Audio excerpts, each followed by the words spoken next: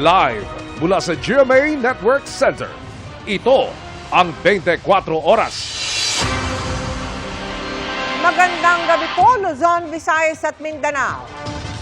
Pahirapan na naman ang pagsakay ng maraming pasahero sa Metro Manila. Sa unang araw ng tigil pasada ng grupong Piston kontra PUV Modernization Program. Isa pa lang sa bawat apat na pampublikong sasakyan sa rehiyon ang nag-consolidate ayon sa Transportation Department. At dahil ituturing ng kolorum ang mga di aabot sa December 31 deadline, nagbabala ang mga nag-strike ng transport crisis sa 2024. Nakatutok si Joseph Moro. Papasok pa lamang sa trabaho, stress na ang ilang pasahero dahil walang masakyang jeep sa Philcoa sa kahabaan ng Commonwealth Avenue sa Quezon City. Tigil pasada kasi ng grupong Piston simula ngayong araw. Kaya pag may dumadaang jeep, halos magbalyahan na ang mga pasahero. Ang ilan naman sa bus na nakikipagsapalaran kahit tayuan. Isang oras na po. So, nandito ka na yan. Opo nga eh. Si Mary Chris, dalawang sakay pa pero ayaw naman daw niya mag-taxi. Mahal po. Siguro mga 7:40 nandito na po ako. 8:20? Abala din siya. Kaso nga lang, syempre maintindihan mo rin yung mga driver din po eh. May ilang pasahero ang nakasakay na sa jeep na ito pero pinababa ulit ng driver na kasali pala sa tigil pasada. Kaya daw pumiyahe! Kaya daw pumiyahe!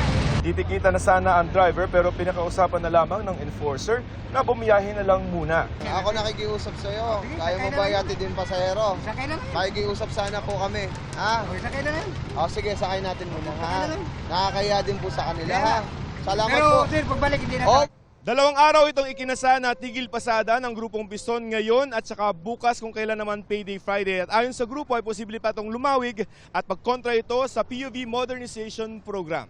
Sana manawaan nyo kung bakit kami po humantong dito. Ayaw din naman natin na magsaper ang ating mga pasahero sa ubod ng mahal na magiging pamasahe. Sapagkat pag nawala po ang mga UV, pag nawala po ang mga jeep, ang batay sa ating nakuha datos ay aabot po ng 35 pesos yung minimum na pamasahe. Sa Pasig, nagtigil pasada ang ilang tsuper pero may mga bumiyahe din naman. Sa datos ng DOTR, 26% lamang ng mga pampublikong sasakyan ang nag-consolidate sa Metro Manila. Hindi pa inilalabas ng DOTR ang eksaktong bilang ng mga jeep sa Metro Manila na hindi pa consolidated. Pero dahil wala nang atrasan ng deadline, ituturing ng mga kolorum ang mga jeep na hindi nakasali o nakabuo ng kooperatiba, pangamba ng Piston. Kinatatakot natin na magkaroon ng transport crisis. Hindi raw, sabi ng DOTR, kahit pang nasasabay ito sa pagsasara ng Philippine National Railways simula Enero dahil sa North-South Railway Commuter Project. Karamihan ng mga major thoroughfares natin, karamihan ng mga major roads sa Kamaynilaan ay meron ng consolidated. Maglalabas din daw ng special permit para sa mga bus para sumambot sa mga pasaherong hindi na makakapag-tren. Para sa GMA Integrated News, Joseph Morong, nakatutok 24 Oras. Antabayanan po ang mga napagkasunduan sa pulong ng Piston at ng LTFRB maya-maya lamang. Naipa-deport na pabalik ng China ang 180 illegal POGO workers sa nabistong scam hub sa Pasay. Nakatutok si Salima Refran. Nagmamakaawa pa ang Pilipinang ito nang subukang lapitan ang karelasyon niyang Chinese. Gusto ko lang po siya mayakan. Ang kanyang nobyo, isa sa 180 illegal POGO workers na idineport pabalik ng China. Sila yung mga nahuli nitong Oktubre sa scam hub sa Pasay, kung saan meron ding nadiskubring prostitution den at torture chamber. Sila yung mga involved sa cryptocurrency scams, sa romance scams, sa love scams, sa task scams at iba pang online scams. Mahigpit ang pagbabantay sa kanila dahil hanggang sa huli, may nagsusubok raw na takasan ang deportation. Once na nalaman nila na involved ka sa mga illegal activity sa ibang bansa, may treatment din silang ginagawa doon sa China. So hanggat maaari ayaw nilang bumalik sa China. Sa dami, cable ties na ang nagsilbi nilang posas habang trash bag ang lalagyan ng ilan nilang gamit. Halos 15 milyong piso na ang ginagastos sa Pilipinas sa pag-aalaga sa kanila mula ng i-raid. Sa flight pa lang pabalik ng China kanina, 5 milyong piso na agad ang ginastos ng ating gobyerno. Idineklara silang undesirable aliens ng Bureau of Immigration dahil wala silang mga visa at permits para manatili sa bansa. Naka-blacklist na sila, hindi na sila pwedeng bumalik dito. At sa China naman, siyempre, kakasuhan din sila doon and nakikipagtulungan naman yung embahada ng China rito sa atin para doon sa mga kasong ipapile nila.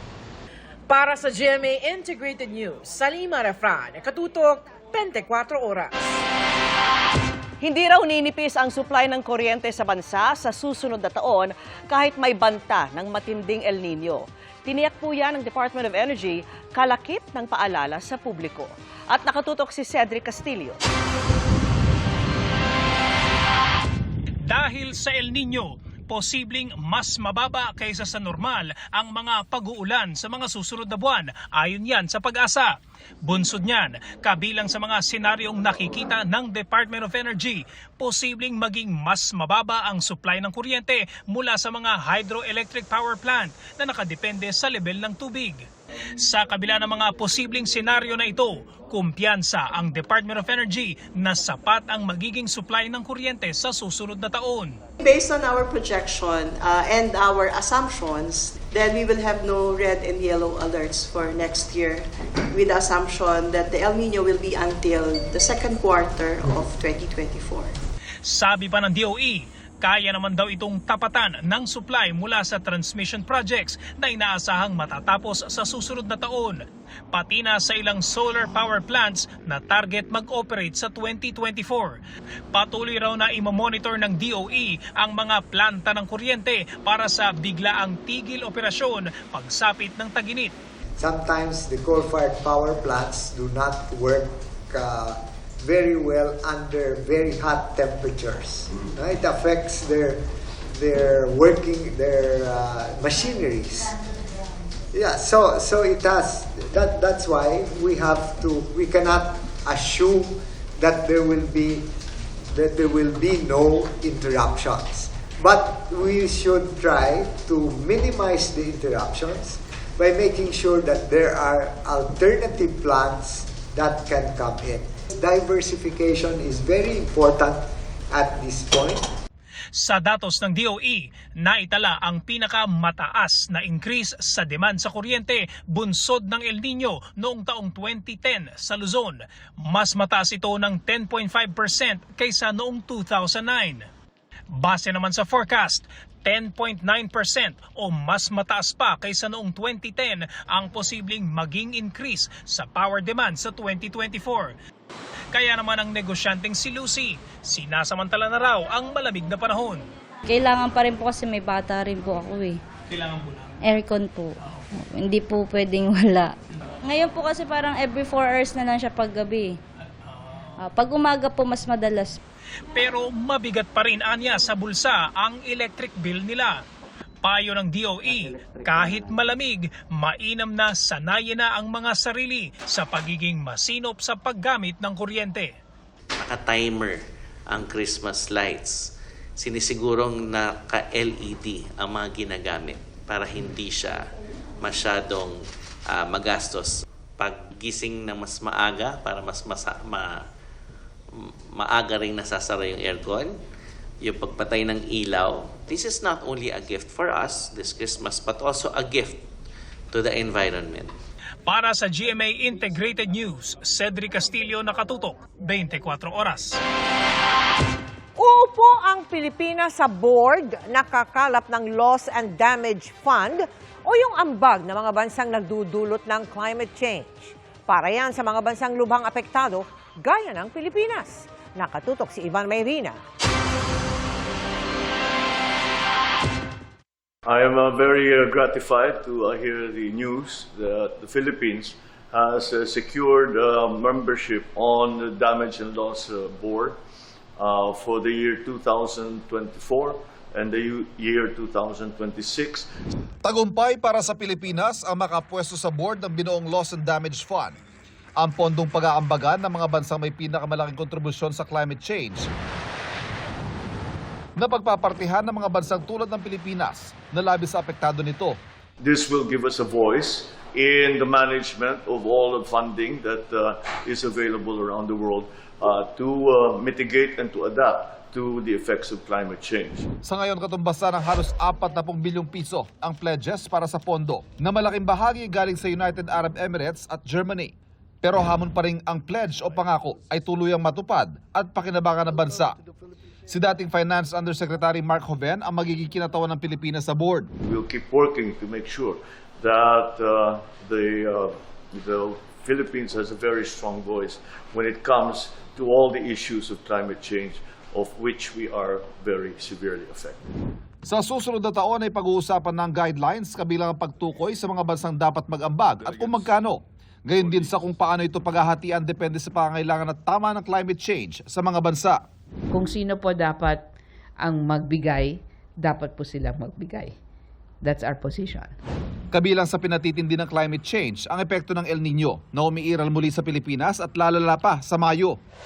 May pinasinayaan mang Balbalungaw Dam sa Nueva Ecija bilang paghahanda. Pinamamadali na ng Pangulo ang iba pang mga proyektong patubig tulad ng sa Halaur Dam sa Iloilo. In-evaluate na po namin lahat yung mga delayed na projects at gumawa na po kami kaagad ng catch-up plan. Itong Halaur Dam, tapos na rin ho yung 3 dams doon. So yung mga na-identify po namin yung mga delay noon, may habol naman po namin. Nauna nang inatasan ng MWSS ang Maynilad at Manila Water na maghanap ng mga alternatibong mapagkukunan ng supply para hindi nakaasa lang sa Angat Dam.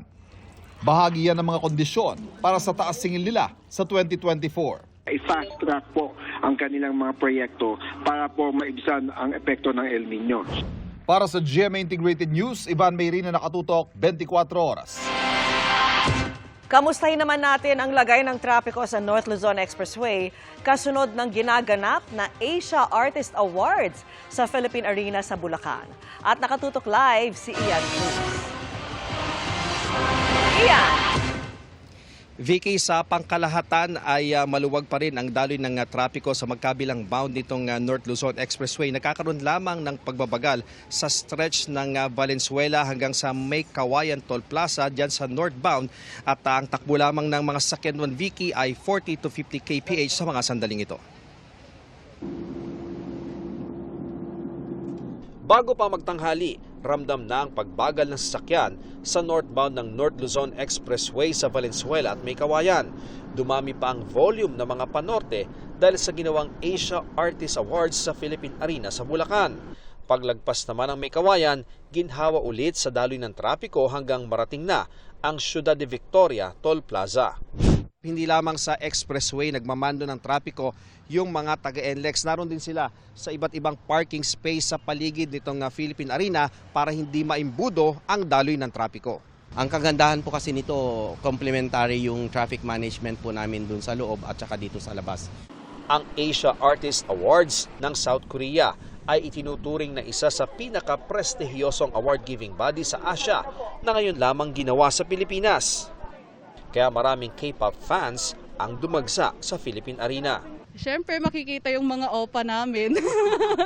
Nakikita po namin yung maraming artist. Kasi mga artist na nandito. Once in a lifetime na experience. So, talagang ginaw na namin. Ang mga guard ng NLEX kasama na rin sa in-charge sa istriktong pagpaparada ng mga sasakyan at dumarating na shuttle buses hanggang sa paggalaw ng mga tao sa arena para matiyak na umuusad parati ang mga sasakyan sa loob. Nasa 300,000 na sasakyan ang dumaraan sa NLEX kada araw. Ang hamon ngayon sa NLEX ang pag-uwi ng mga manonood pagkatapos ng awards. Tinatayang 8,000 to 9,000 na sasakyan ang lalabas ng complex. Sabay-sabay po silang umaalis. Pero kung naka-RFID naman po lahat yung ating mga motorista dyan, siguro ma-maintain pa rin po natin yung mga 30 to 40 speed doon sa pagpasok. At after nung area, marireach ulit yung minimum speed natin na mga 60 kph.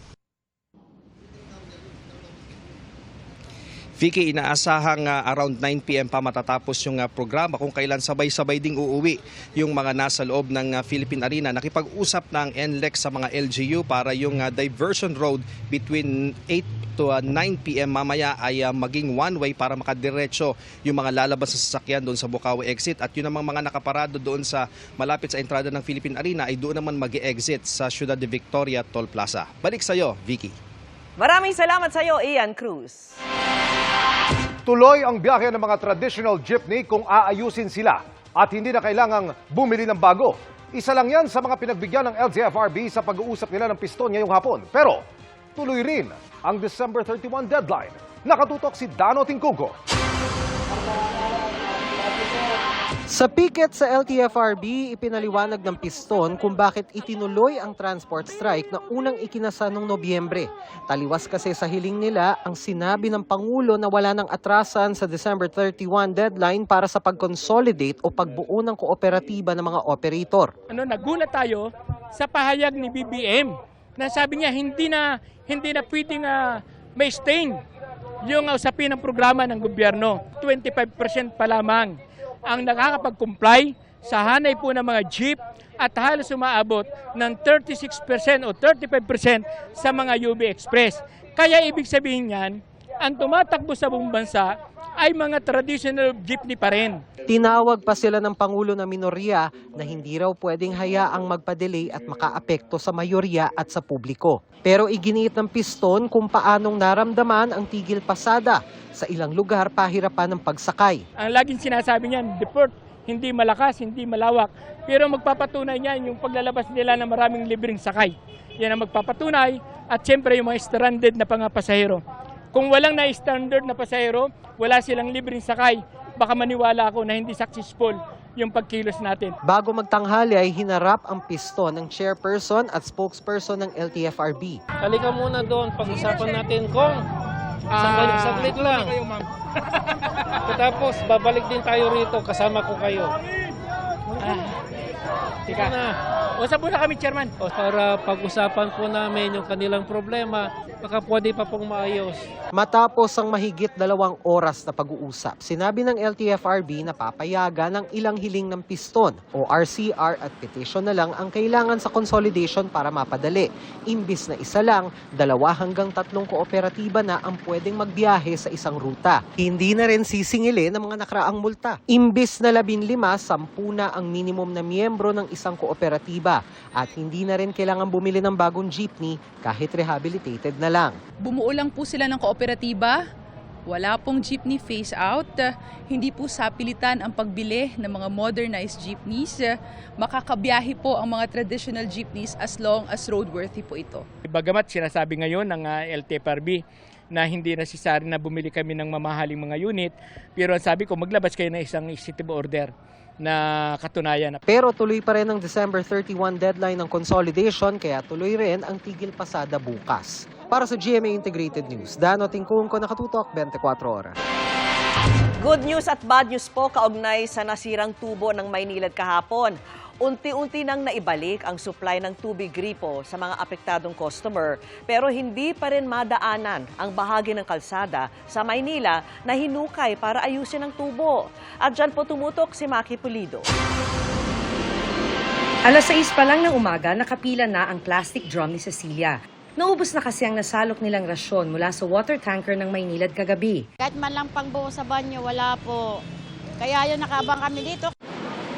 Mag-alas 11 ng umaga o matapos ang halos 4 na oras na paghihintay, may dumating naman ulit na water tanker. Masaya na po ako kasi meron na kaming tubig at paano makakaligo na yung iba namin mga kasama. Ngayong araw, sabi ng Maynila, dapat pumatak na ang tubig sa gripo ng mahigit 6,000 water service connection na naapektuhan ng nabiyak na tubo. Napalitan na kasi ito kaya't unti-unti nang binuksan ang water valve kaninang umaga. We're still on track of energizing the line at 12 noon ngayon and then eventually magkaroon ng normalization ng water supply. Yun nga lang, hindi pa rin madaanan ang bahagi ng Legarda Avenue sa tapat ng San Lorenzo Ruiz Catholic Center dahil hinukay ito para maisagawa ang repair. Medyo malaki yung naging hukay at syempre mayroong din concreting works na gagawin. Meron naman pong mga tinatawag na mas mabilis yung curing time niya, but then again, kailangan pa nga po namin makipag-coordinate sa DPWH. Pero dahil wala ng counterflow sa eastbound lane ng Legarda o patungong Santa Mesa, mas maluwag na ang traffic. Pinadaraan na ang mga patungong Mendiola mula Santa Mesa sa Santa Teresita Street para malampasan ang hinukay na bahagi ng Legarda. Para sa GMA Integrated News, Maki Pulido, nakatutok, 24 oras. Inabot na ng katapusan ng 2023 ang backlog ng LTO sa plastic na lisensya. Pero may good news ito. Para sa plaka at mga ORCR naman, 3 araw lang dapat ang pag-release niyan. Pero parurusahan na ba kung wala pa? Nakatutok si Rafi Tima. Kagabi lang nawala ang pitakan ni Rina kasama ang kanyang driver's license. Kaya agad-agad siyang nag-renew kanina. Pero tulad ng maraming aplikante ng bago at renewal ng lisensya, papel lang ang nakuha ni Rina. Okay na lang po, kasi wala po. At least meron po akong maipapakita. Ang magandang balita, sabi ng LTO, may parating ng 4 na milyong piraso ng plastic driver's license cards na inihahanda na nila para ipakalat sa buong bansa. This is enough to wipe out the backlog, pati yung current usage natin. So when we make the announcement tomorrow or by Monday, yung mga magre-renew, ang maasahan nila, hindi na ko papel. We are back on track as far as plastic cards are concerned. Sa kabila ito ng patuloy na injunction laban sa paggamit ng LTO sa mahigit 3 milyong plastic driver's license card matapos magsampa ng kaso ang isang natalong bidder noong Oktubre. Hintay rin po natin yan. No? Baka naman Valentine's good news naman yan. No? Sayang rin po yan. That's another 3.2 million licenses. Talagang sapat na po yan. Taon-taon, 6.2 milyong bagong lisensya ang ini-issue ng LTO. Pero dahil sa accelerated bidding at government-to-government license printing agreement na pinasok ng LTO, pangako ng ahensya, hindi na raw magkakaroon ng backlog tulad ng dati. May pangako rin ng LTO sa mga bibili ng bagong sasakyan. 3 araw matapos makuha ang sasakyan, makakuha na rin daw dapat ng motorista ang kanilang bagong plaka, OR at CR. Kung hindi, agad maglalabas ng show cause order ang LTO laban sa car dealership o sa kanilang regional LTO officers na mabagal maglabas ng plaka. Nandiyan na yung mga plaka eh. Advanced tayo eh. Pre-positioning na tayo sa mga regions eh. So there's no reason why na hindi dapat lumabas ang plaka kagad. Paglilinaw naman ng LTO sa balitang pag-relax sa pagpapatupad ng kanilang no registration, no travel policy, hindi raw nangangahulugan na hindi muna ito ipatutupad. Magbibigay lang daw muna sila ng warning, hindi tulad ng dati na agad-agad i-impound ng sasakyang bumabiyahe nang walang registration. Para sa GMA Integrated News, Rafi Tima, nakatutok, 24 oras. Sa gitna ng usaping charter change o chacha, isinusulong ni Senator Robin Padilla ang pagbabago sa haba at dami ng termino ng mga opisyal ng bansa. Pero ang isa niyang kapartido, economic provisions lang ang gustong ipabago. Nakatutok si Mav Gonzalez. Presidential bicameral pa rin, pero dadagdagan yung Senado. Papalitan lang yung termino. Dadagdagan lang yung termino. May re-election lang. Ilan ito sa mga balak ng chairperson ng Senate Committee on Constitutional Amendments sa itinutulak niyang charter change sa Senado. Bukod sa national senators na pwedeng magkaroon ng 2 sunod na termino na may tig 8 taon, gusto niya ring magkaroon ng 30 regional senators na pwede ang 3 sunod na termino na may tig 4 na taon. Sabi niya, bukas na bukas siya na madagdagan ng senador. Kaya gusto niya magkaroon ng maging regionalized. Kaya ako naglakas loob. Maliban dyan, gusto namin na sana yung presidente at vice president, hindi na tayo naghahalal ng hiwalay. Dapat lagi tayong maghahalal ng magkasama na talaga sila sa ticket. Pero hindi tulad ngayon na limitado lang sa isang termino, pwede silang tumakbo sa 2 magkasunod na termino. Gayunman, hindi na 6, kundi 4 na taon na lang ang isang termino. Sa panukala, hindi na maaaring tumakbo sa ibang posisyon ang isang pangulo. Hanggang 3 sunod na termino pa rin ang ibang local officials, pero may tiga 4 na taon na. Balak sana yang gawing epektibo sa mga mananalo sa 2028 elections. Pero para sa transition, hindi na pwedeng tumakbo bilang Pangulo ang kasalukuyan at mga dating Pangulo. Gayon din ang mga senador na nasa huli nilang termino at mga kongresistang nasa 3 na nilang termino.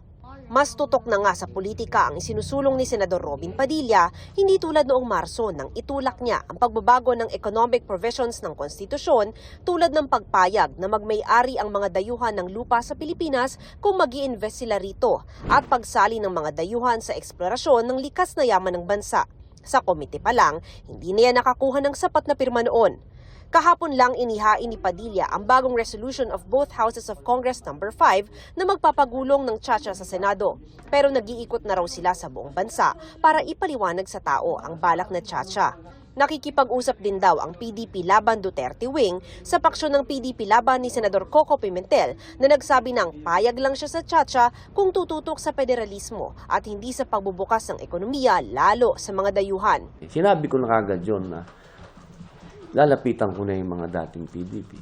Wala namang problema kay PRRD. Pero ang kapartido ni Padilla na si Senador Bongo, economic provisions lang ng saligang batas ang gustong baguhin.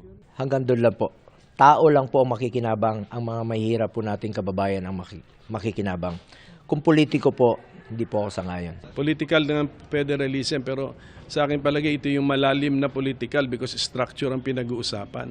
Ang mga political na mababaw o superficial, yun yung mga term limits. Napakababaw niya, walang binago except yung length of time na mahalal ang mga politiko. Huwag galawin ng term limits kasi hayaan na yung term limits because we are forcing new blood sa politika. Para sa GMA Integrated News, Mav Gonzalez, nakatutok, 24 oras. Dagdag presyo ng ilang bilihin sa 2024. Posible raw aprubahan ng DTI ang hiling ng ilang manufacturer kaugnay niyan. Ang ilang Noche Buena items naman, lagpas na sa suggested retail price. Nakatutok si Sandra Aguinaldo. Nakapamili na ba kayo ng pang Noche Buena? Pasok ba naman sa suggested retail price o SRP ang presyo? Ayon kasi sa Philippine Amalgamated Supermarkets Association, may ilang food items na lumalagpas sa SRP. The corporate naghahabol ngayon para ibigay sa kanilang mga empleyado, sa kanilang mga clients, no? So because of that, yung nasa-suction off, supply na-suction off ng demand ng mga corporate buyers. We'll have to source from somewhere else, wholesalers, other stores. Pag matas-matas ang kuha namin, normally, generally, mas mataas din ang pasa namin. Kampante ang DTI na susunod sa usapan ng ilang manufacturers na hindi muna sila magtataas ng presyo hanggang matapos ang taon. Yun nga lang, pagpasok ng bagong taon ay posible raw iproseso ng DTI ang ilang kahilingan para sa taas presyo. So for 2024, magsisimula na po kaming mag-release ng mga price adjustment kasi napakatagal na pong naipon sa amin sa DTI. So meron po tayong makikitang ilang produkto na matatamaan po. Pero ngayong Kapaskuhan, umaasa ang mga mamimili na hindi pa sisipa ang presyo ng mga bilihing Pampasko at New Year. Sa isang supermarket, nakausap namin ang ilang mamimili. May sa Noche Buena, sa Christmas, at saka New Year. Every year, nag-budget ka talaga. Pinag-alahan mo talaga kasi ang hirap ng buhay ngayon. Ano masasabi mo sa presyo ng bilihin? Up and down. Ang Department of Trade and Industry patuloy daw ang pagbabantay para matiyak na walang lalagpas sa SRP. Wala po masyadong nakita na sobrang taas po mula sa price guide. Gayunpaman, meron pong kalat-kalat na reports. Nung linggo po, may na-receive po kami sa DTI na may mga items po na nabebenta na mas mataas kaysa sa price guide. Nakausap na raw nila ang mga manufacturers na nangakong hindi gagalaw ang kanilang presyo hanggang matapos ang taon. Actually, yung mga hindi po sumusunod sa price guide, across all the 12 categories, may 1 or 2 items. Pero ang lumalabas po sa initial reports lang po, yung queso, macaroni, spaghetti sauce, tomato sauce, fruit cocktail. Para sa GMA Integrated News, Sandra Aguinaldo, nakatutok, 24 oras.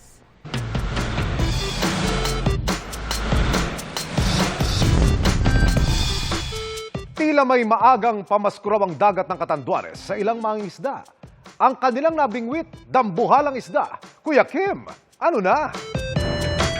Napa-isda for real ang mga residente ng Barangay Kabkab, San Andres, Catanduanes. Nang kanilang masilayan ang nabingwit ng kanilang kabarangay na si Joey. sobrang laki po talaga. Ngayon lang po talaga ako nakakita ng ganong kalaking isda. Ang dambuhalang isda na isang grouper o kung tawagin sa Kabikulan, baraka. 163 kilos ang bigat. Nang hinata ko, biglang bumigat po ng gusto. Hindi namin may angat, hinila na lang po namin. Halos sa isang oras, sobrang bigat ng isda. Hindi talaga ako makapaniwala. Natulala po ako tapos nagdasal po na sana swerte talaga sa akin to. At para madala to sa dalampasigan, 6 na katao ang nagtulong-tulong na buhatin ang nahuling baraka. Hindi ko na nakayanan, kaya nagpatulong na po ako sa kasama ko. Palit-palitan na po kami. Buhay pa po siya dito sa dalampasigan. Ano kaya ang ginawa ni na Joey sa maagang paaginaldo sa kanila ng karagatan? Kuya Kim, bakit lumalaki ng todo ang mga baraka? Kuya Kim, ano na? Kuya Kim, ano na? Bakit lumalaki ng ganong kalaki ang mga garupa o grouper? Ang sagot dyan ay genetics. Groupers actually have indeterminate growth. They keep increasing in length and in width throughout its lifetime. That is why it's not unusual that you will be able to find really large individuals of groupers. Ang pinakamaliit naman ay ang coney na nasa isang talampakan lamang ang size. Alam niyo ba na maaari sila lumaki na hanggang mga 8 feet? Ang pinakamalaki ay ang Goliath grouper. At paano naman kumakain ng mga baraka? Binubuksan nila ang kanilang bibig at gumagawa sila ng suction upang masipsip ang mga maliliit na isda na kanilang prey. Ang mga baraka naman ay may kakayahang di magpalit ng kulay ng kanilang balat bilang defense mechanism. At isa pang kakaibang katangian ng mga isdang ito. There are protogynous hermaphrodites. That means they are born female and change sex to males at some points of their time. Samantala, ang 163 kilos na baraka, kanilang kinatay. Ang ulo pinaghati-hatian ng mga residente. Habang ang laman nito na umabot ng 111 kilos ang bigat, kanilang ibinenta. Umabot ng 17K po, mahigit. Sobrang taba po ng isda, masarap po. Ang ating karagatan, tunay nga namang napakasagana sa likas na yaman. Ito po si Kuya Kim, masagot ko kayo, 24 oras. Annyeonghaseyo! Damang-dama ang K-fever here in the Philippines sa pagrampa ng mga pinupusoang Korean idols at actors sa Asia Artist Awards 2023. Pero tampok din ang iba pang celebrity sa Asia tulad ng mga Pinoy. Tinutukan yan live ni Von Aquino. Von? Iya, today is D-Day. Hallyu is waving sa pagpapaningning ng ilan sa mga paboritong Korean drama at pop stars na rumampa sa red carpet ng Asian Artist Awards 2023 na sa unang pagkakataon ay ginaganap sa Pilipinas dito sa Philippine Arena sa Bulacan.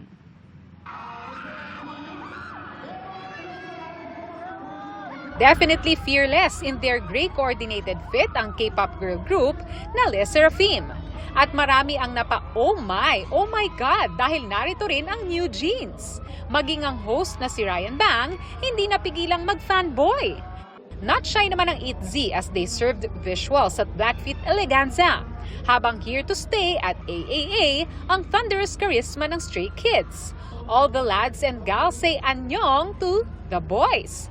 Lovely at quirky naman ang entrada ng K-duo na Akmu. It's raining hearts at smiles din mula sa N-Mix, Kepler, and Team, Dreamcatcher, Card, One Us, Zero Base One at Stacy. Maging si Mother Yoonbi slay sa red carpet. Habang oozing with swag ang rappers na sina Lee Young-ji at Paul Blanco. Anchors mag-ingay dahil andito na rin ang South Korea-based Filipino group na Horizon. Pero who's next? Lapis, you know the drill. Lapilus, pasok. Kasama syempre ang sparkle star na si Shanti. Giving top-tier visuals din na rumampa ang MCs for tonight na sina Kang Daniel, Wonyong ng IVE at Sang Hanbin of Zero Base One. Face card never declined naman ang mga pinupusoang Korean actors and actresses. Business proposal leads An Yosop, Kim Sejong. Dashing in his white suit na may bonus pang aliw fan service si OG idol Kim Jae-jung. K-lead from OG Good Boy naman ang presence ni Kim Son-ho.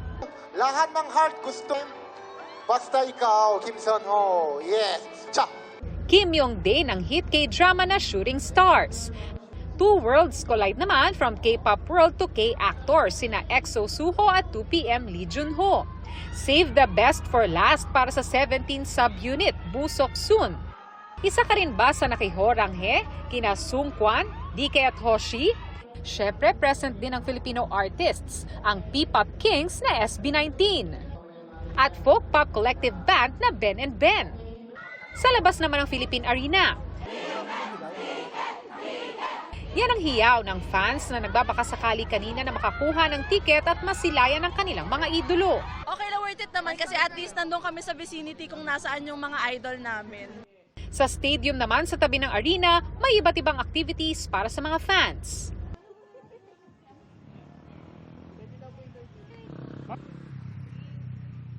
Sa mga oras na ito ay mahigpit pa rin yung ipinapatupad na seguridad dito sa paligid ng Philippine Arena. At live mula rito sa Bulacan para sa GMA Integrated News, Von Aquino, nakatutok 24 oras. Wow! Maraming salamat, Von Aquino. And that's my chika this Thursday night. Ako po si Iya Arellano. Emil? Salamat, Iya. Ramdam na rin ang Pasko sa Cebu kung saan hindi lang mga mata ang mabubusog sa carnival at Christmas displays. Mabubusog din ang tiyan sa binuksan na night market. Silipin natin yan sa live na pagtutok ni Luan May Rondina ng GMA Regional TV. Balitang Bisdak. Luan! Emil, parang nasa magical world ang feeling kapag nakapasyal dito sa Talisay City tuwing gabi dahil sa nagagandahang mga Christmas decors. Sino ba naman ang hindi maeengganyo na bumisita sa mala carnival na view sa harap ng Talisay City Hall? Sa mga ilaw pa lang, mapapawaw ka na. At maliban sa mga nagagandahang Christmas lights sa paligid, agaw pansin rin ang mga carousel ride at Ferris wheel-inspired decorations. May mga formang hot air balloons, mga colorful na ponies na siyang nagdadagdag saya sa mga batang namamasyal dito. Christmas decoration ngayong taon na may temang Carnival Magic in Talisay City. Dinisenyo ito ng isang Cebuano world-renowned designer na si Carrie Santiago. Ayon sa Talisay City LGU, maliban sa colorful ang lahat, siniguradong pulido upang hindi ito basta-bastang matutumba. Marami na ang namamasyal dito, mga pamilya, magbabarkada at kahit mga singles. Kasabay ng pagpapailaw ng mga Christmas decors, bukas rin ang Carnival Christmas Night kada gabi, kung saan sari-saring pagkain at inumin ang mapagsasaluhan. Kung pagod ka na sa kaka-picture taking, pwede ring ma-relax habang nakikinig sa mga kanta at makitawa sa mga performers sa stage.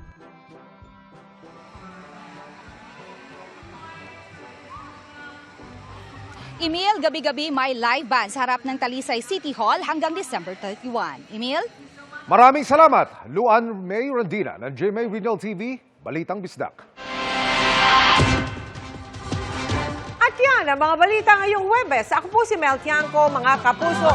11 days na lang, Pasko na. Ako naman po si Mickey Morales para sa mas malaking misyon. Para sa mas malawak na paglilingkod sa bayan, ako po si Emil Sumangil. Mula sa GMA Integrated News, ang News Authority ng Pilipino. Nakatuto kami 24 oras. Mga kapuso, maging updated sa ulat panahon 24 oras. Mag-subscribe sa GMA Integrated News sa YouTube. Para sa mga kapuso naman natin abroad, bisitahin ang GMA Pinoy TV at www.gmanews.tv.